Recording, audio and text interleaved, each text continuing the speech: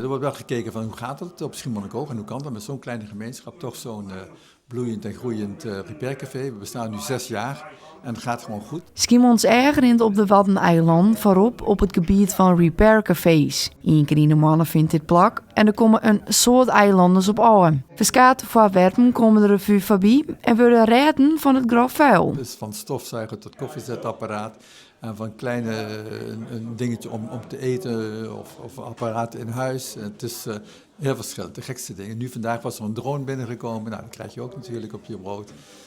Nee, dat soort dingen. Al heel verschillend. Op de Waddeneilanden zijn er bijna geen repaircafés. Bij mijn weten zijn er op dit moment 2.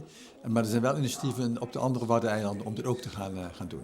Je bent in ieder geval bewust van alles wat je gekomen is, per boot moet komen. En dat het een hele inspanning en ook een hele kostenpost is om spullen hier te krijgen. Dus je neemt toch graag zo laat mogelijk afscheid van. Deze strijkijzer dat is gebracht naar de kringloopwinkel.